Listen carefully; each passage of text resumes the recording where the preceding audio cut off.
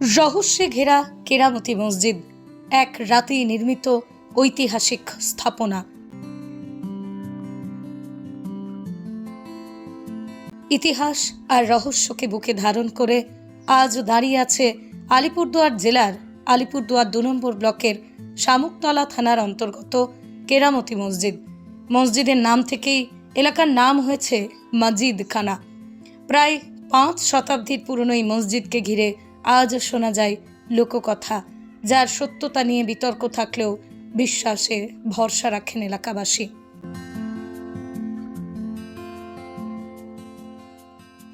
স্থানীয় সূত্রে জানা যায়, হুসেন শাহী বংশের আমলে নির্মিত হয়েছিল এই মসজিদ। তবে বিস্ময়কর তথ্য হলো, সাধারণ কোনো স্থাপনার মতো দীর্ঘ সময় নয়, এই মসজিদ তৈরি হয়েছিল মাত্র এক রাতেই। স্থানীয়দের মতে পার্শ্ববর্তী একটা মাঠ থেকে মাটি কেটে ইট তৈরি করা হয় এবং সেখান থেকেই নির্মাণ সম্পন্ন হয় পুরো মসজিদের। যেখানে মাটি কাটা হয়েছিল সেই স্থান আজ এক বিশাল পুকুরে রূপান্তরিত হয়েছে। এলাকাবাসী বিশ্বাস করেন সেই পুকুর পবিত্র, সেখানে স্নান করা বা নোংরা ফেলা একেবারেই নিষিদ্ধ। কিন্তু প্রশ্ন থেকেই যায়, এক রাতেই কিভাবে সম্ভব হলো এমন এক স্থাপনা গড়ে তোলা?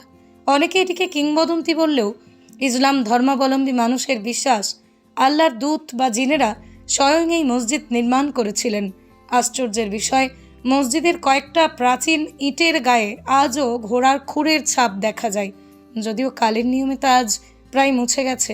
প্রতি বছর ৫ই চৈত্র এই মসজিদ চত্বরে বসে একদিনের বিশেষ মেলা। শুধু মুসলিম সম্প্রদায় নয়, হিন্দু সম্প্রদায়ের মানুষও আসেন এখানে।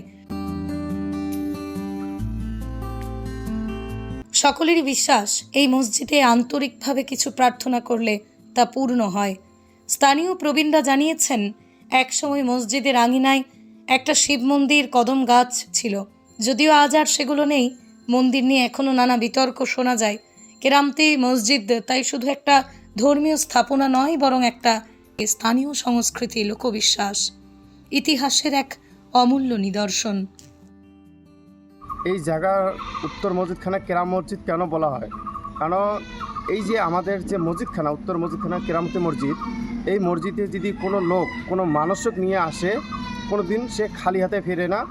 সে যেই মানসিক নিয়ে আসুক না কেন, আমার আল্লাহ এবং ভগবান তার মনের আশা পূরণ করে দেয়। তার জন্য অনেক লোক আসে। এইগুলো যে আছে, এইগুলো তো আমার বয়স মাত্র ২৭। আমার বাবা যে আছে, তার বাবা আছে, কেউ এইগুলোর ইতিহাস কেউ বলতে পারবে না। আমরা শুধু এটাও জানি, যখন থেকে বড় হয়েছি, যে এটা হলো আল্লাহর কেরামত। মানে এইগুলো আপনি আল্লাহ পাক এই জায়গাতে দিছে, তার জন্য সবাই জানে যে এটা আল্লাহর কেরামত, মানে আল্লাহর নিজে থেকে দিছি। তার জন্য এইগুলো আমরা কেউ কোনো ইতিহাস বলতে পারি না। আমার নাম হলো হাফিজ মাসুম আলী। আমার বাড়ি হচ্ছে আসাম বিলাসীপাড়া।